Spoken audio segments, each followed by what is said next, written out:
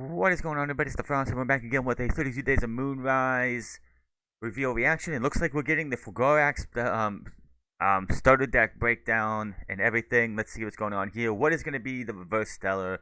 Obviously, Navi will probably be the stellar.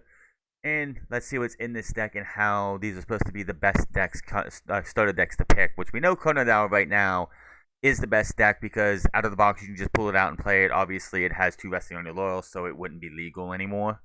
But let's see.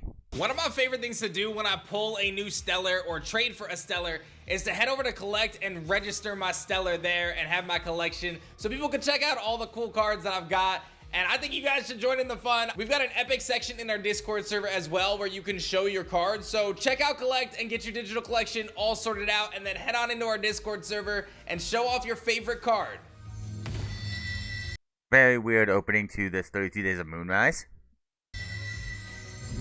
Hey everyone, I wanted to give you guys a brief update on our Kickstarter campaign for Alestral's Clash, which you guys smashed. You guys absolutely crushed it. We've raised over $555,000, unlocking a ton of stretch goals, including the Kickstarter promo packs, which have 27 amazing cards. You guys unlocked everything from Stellar Full Art Astrabit to Bronto Wisp and Bronto Glow Stellars and Ursa Den, and so many amazing cards, all the way up to Full Art Stellar Eddie, which will be in every one of those packs, so that's super hype. A big shout out to everybody who supported. We've got a ton of unlocks, including the new game boards, different fields that you can utilize. Ooh, I haven't seen that fire one yet. That thing looks nice. Ooh, boy. That's awesome. We got some buddies like your spirits and a lot of awesome, really great things that are coming for Alestral's draft mode challenges against the Divines. I cannot wait, guys. It's gonna be crazy. I just got off a call with the development team at Pixelborn, and it does seem as though we were on track for alpha to begin on December 1st, so that's something to look forward to. In terms of how all your pledges are gonna shake out, we do have late pledge available right now on the campaign, which means that you can back at the $10 digital tier. So if you missed out, you didn't back at the $10 for just beta access.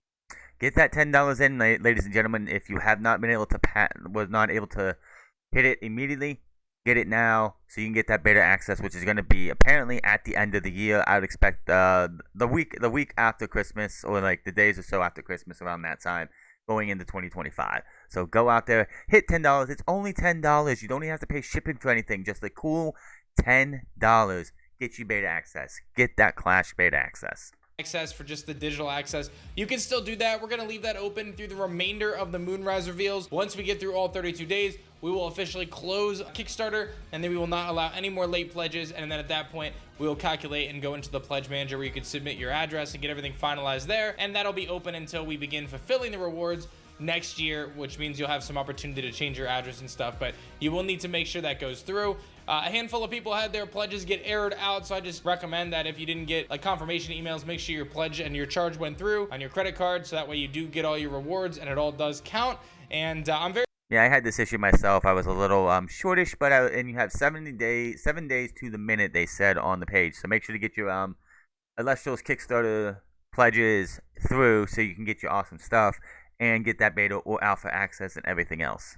very excited about the future, man. This is incredible. Like, I just saw some videos actually today of Clash and the workings of it, and it's really exciting stuff, man. This is gonna be so sick. I can't wait to tell you guys more, but hang tight. We'll continue to update you guys as time goes on, but we smashed it, guys. Like, the community turned up. We did it, and Clash is going to be our reality, and I can't wait to tell you guys more. All right, listen, now we're getting into MoonRise reveals as we count down until November 15th. Pre-orders open. Shadows.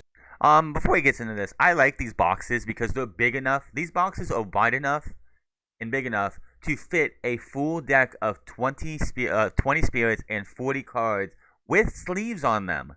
So if you don't have the money for like a deck box or something, and you go out there and you buy one of these, keep this box because it is a good substitute for a deck box. Here I have the Fire Scorch box, and I have an actual deck inside.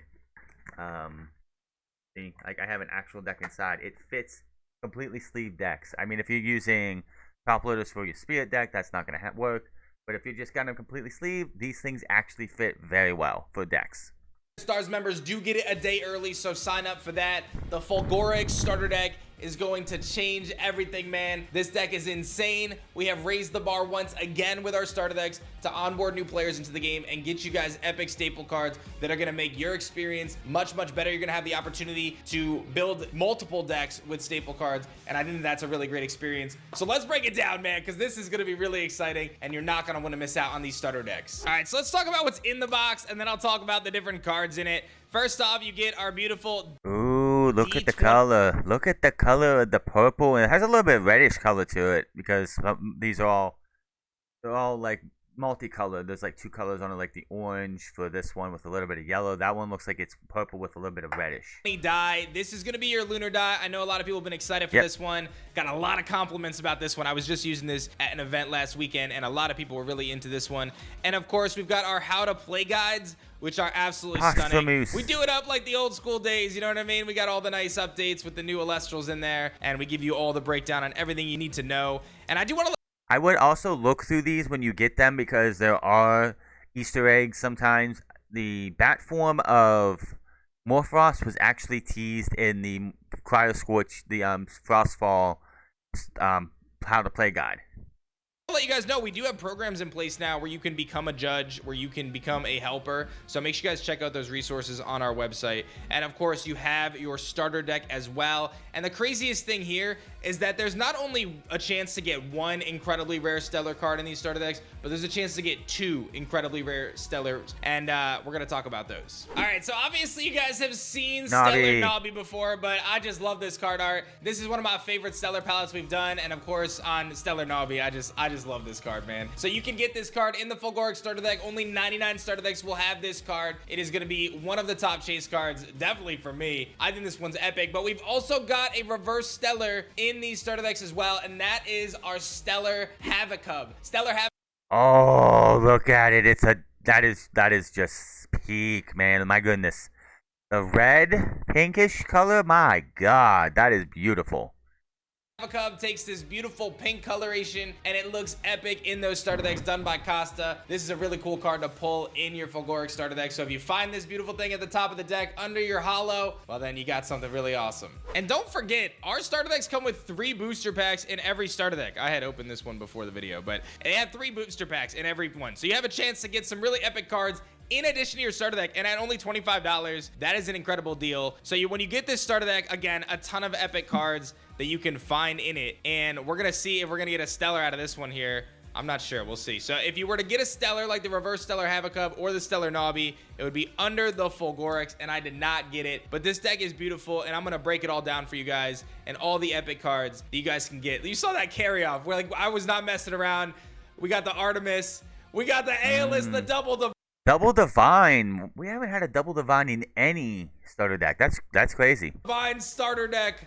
Let's make it happen. Let's break it down and talk through this deck. All right, so let's break this deck down. You're going to start it off with 3 Nobby, and you have 2 Doppelgators. So Nobby is able to special ascend into Doppelgater when it destroys an Celestial in battle. And then if you can receive a Nexus on your Doppelgater, you can ultimately special ascend into Fulgoryx. And Fulgoryx is going to be able to basically just send cards back to the deck and deal quite a bit of disruption to your opponent. It's a little tough to go from Doppelgater to Fulgoryx, but going from Nobby to Doppelgater is very easy, and it's very strong. So I think this deck has a lot of potential. You're going to get 2 Gloombats, a new Lunar Alestral that's really helpful on counteracting opponents setting more than 2 counter runes or 2 or more because it can special cast itself out. Havocub coming in as well as the Tsunami immunity and immune to these position changes. With the rise of Eddie in the metagame, Havocub has a really cool position there. Pulveror can special cast itself out as an Ascension. Porcuraith has the opportunity to disrupt opponents when it receives more spirits, and then you've got Comalis able to Nexus spirits around. And while you're not able to search Fulgoryx, you do have the flexibility of searching your carry off here, which is really important. That's what you're going to look for with Comalis, the carry off and the Porcuraith, because you have 2 carry ons and 1 carry off, and if you can activate that strategy, you can steal your opponent's Alestrals and disrupt them immensely. You got a tiny win package here with Exaltair and Veratuka to deal with threats and get some Nexus pressure off, and then you've got 2 Elechicks to search out your Divine, so you can find that Artemis to give yourself that Nexus opportunity for Doppelgater, or to be able to search out with Comalis. You've got the Nectar of the Gods to kick off your rune row and give you immense draw power with 2 Ambrosia. He's still doing 2 4 runes. Like, Dan, why are you not giving us 3 Ambrosias? Or like 3 Ambrosias should come in these starter decks, plain and simple. I would. It's just 3 Ambrosias make the most sense. Why are we not getting 3 Ambrosias? To hold it down and keep you in the clash. Circle the Sky, the classic Nexus card, gets you moving those spirits around, especially in this deck. I think it really highlights with Circle the Sky. 2 Artemis, of course, the new Divine Rune for Lunar, and 2 Temple of the Moon to take advantage of Stadium for the Lunar Alestrals. And then we tossed in an Aeolus here, and this is the first time we're doing this where we're having 2 Divine Runes in the same deck, and I think this is really an epic way to introduce the game to somebody and also give you guys some really awesome cards, because Aeolus really does work pretty well in this deck, being able to search out that Carrion, that Exaltair, and that Verituka, and you want that Nexus Bank for that Fulgoryx to be able to really do what it wants to do as your in-game plan there. You've got 2 Altar of Stars, which are one of my favorite cards in the game. Being able to Nexus... I've gotten to use Altar. I have 1 Altar of Stars from the last set of starter decks, and I've only got to use it maybe once.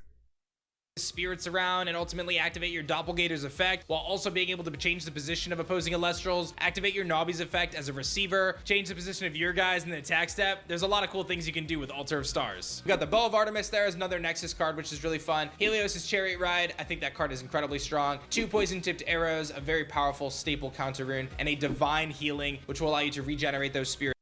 So once again, he's doing 20 Alestrals and 20 20 ruins. Dude, like, come on. Like, we want to, like, when you want to do a proper starter deck for this and get people into this and make these starter decks the best you can make them, you should have 3 Ambrosias, easy. Having the 2 Divines, that's very interesting. We'll see how that works off. I mean, I'm thinking most people are going to take 1 or 2, like the AOS out to something else, which that's fine. But it's like, give us 3 Ambrosias. No, where's the Shield of Achilles? Huh? Like, there's PTAs, that's awesome. But man, this one, I don't know about that. It's on your Aeolus and your Artemis to keep you in a clash that otherwise you're going to be utilizing a lot of resources to take advantage in. So now you have the opportunity to get them back on the field, and you can use them strategically with cards like Nectar of the Gods, Ambrosia, and of course your Nexus effects. Rounding out your spirit lineup, you got 12 Alloon, 7 Lycaris, and 1 Zaptor to just maximize the usage of that Elachick. I feel like this is an incredible starter deck, and I think what you guys see are not really that incredible if you think about it. I need to see something here. They're on mute. 1 here. Okay, 3 counter runes. You get PTA, right? It was PTA. I missed that, right? Dude, you gotta be kidding me. There's only 3 counters in this entire game, this entire deck. This deck is terrible. Like, I would not be running this deck. If you got... Okay, there's 4... 3... Okay, there's 5. There's 5. I knew there was PTA here somewhere. Yeah, I knew there's PTA. So, you have 2 Altars, 2 PTAs, and a Helios. That's terrible. No shields. Why aren't there any Shields of Achilles? Why are we doing this? Oh, this deck, like, out of the box, definitely is going to struggle. Like, this deck right here is going to struggle. This is not a Chronodile thing. This is not, like, you don't even have some of the best counters out there. Altar of Stars, like I said, I have 1 of. I've got to use it maybe 1 time the entire time I've had it. But getting 2, that's cool. This one, it's a give or take. I mean, obviously, if you want to go off and make a win deck or something, getting this out of the starter deck is fine because you're not going to get it any other way besides buying a starter deck, buying a Pantera deck, or buying a booster box in set 1 and pulling the full art. So hopefully we do that a lot more going forward. But like 2 Nogs, whatever, but only 2 Ambrosias. What are we doing? What are we doing? That's like barely any recovery. This deck is just it's gonna be one of those ones that nobody's gonna play the deck the way it is. They're gonna want to go out there and get some shields possibly, or another PTA, another Ambrosia's absolutely. I don't know what he's thinking with these, but my goodness, this just, it does not seem like it's that strong of a deck coming out, like, at all. Not even any rune removal, really. Like, no removal for any Alestrals. I mean, PTA is about it. You have 2 PTAs. That's it. That's all your removal from this deck for ruins. Like, what are we doing? So, I wonder what the Posthumous deck is going to look like. We'll probably get that tomorrow, most likely. But, man, this keeping 2 Ambrosias 2 of in a starter deck is a massive fail, in my opinion. We're 4 sets in, and he's still doing that. with only 5 counters, and Helios is fine. And the only thing that people are really playing Helios for right now is Blazer's OTK. I don't know, man. It's kind of funny though that the Bow of Artemis is in the starter deck, but the Bow of Apollo was not in the Pharaoh Guy starter deck, so that's very interesting to think about. Yeah, this one just he's so excited for it, and I don't think I've ever honestly, Dan is never gonna go out here with a reveal and not be excited for what's coming too. But honestly, this deck, if I say Conadal still destroys this deck because Conadal still has some of the better to it.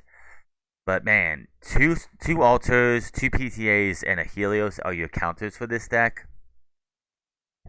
Man, this is definitely gonna hope. Like if you're somebody who's on a budget and the only thing you can afford is this deck with the 3 booster packs, hopefully you got something great out of those boosters because this deck is gonna struggle. But that is gonna be your Elestral's 32 day of Moonrise reveal reaction for day 26. Hit that subscribe button, comment down below, like or dislike this video, and I'll see you guys tomorrow.